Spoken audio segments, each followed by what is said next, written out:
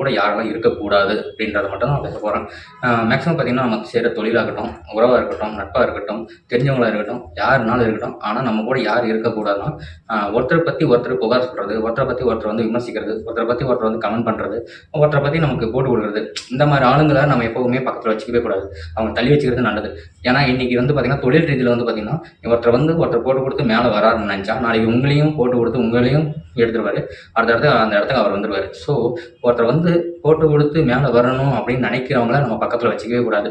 ஏன்னா அது நமக்கே அது எப்பவுமே பாம்பு மாதிரி எப்போ வேணால் நம்ம மேலேயே படம் எடுக்கும். ஸோ நீங்கள் என்ன பண்ணணும்னா, நட்பாக இருந்தாலும் சரி, நட்பில் வந்து பார்த்தீங்கன்னா ஒருத்தருக்கு ஒருத்தர் ஒருவனை பற்றி ஒருவன் வந்து என்ன பண்ணுவாரு, நக்கலோ கமெண்டோ இது மாதிரி அடிக்கக்கூடாது. அது மாதிரி ஆளுங்க இருந்தாங்கன்னா அவங்களையும் ஒதுக்கி வச்சுக்கலாம். அந்த மாதிரி நட்பு நமக்கு தேவையே கிடையாது. அதனால அவங்களையும் நம்ம ஒதுக்கி வச்சிடலாம். தொழில் ரீதியில் பார்த்தீங்கன்னா ஒருத்தனை பற்றி ஒருத்தன் போட்டு கொடுக்குறதா இருந்தால், ஒருத்தனை தள்ளி ஒருத்தனை மேலே வரணும் அப்படின்னு ஒருத்தன் இருந்தானா அவனை பக்கத்தில் நம்ம வச்சுக்க கூடாது. அதுவும் நமக்கு ஆபத்தானது.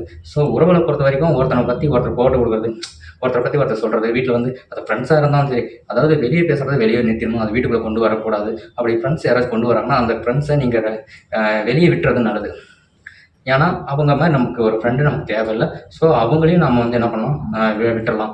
இந்த மாதிரி சில பேர், அதாவது ஒருத்தரை பற்றி ஒருத்தர் சொல்கிறது, ஒருத்தரை பற்றி ஒருத்தர் கமெண்ட் பண்ணுறது, ஒருத்தரை பற்றி ஒருத்தர் பேசுறது, இது மாதிரி விஷயங்கள் நமக்கு வரவே கூடாது. அப்படி சப்போஸ் நம்மகிட்ட எடுத்து வராங்க ஆனால் தேவையாக இருக்குது அப்படின்னா, அதை நீங்கள் காதில் வாங்கிக்காமல் நீங்கள் அவாய்ட் பண்ணிட்டு போயிடணும். இதுதான் சிறந்தது.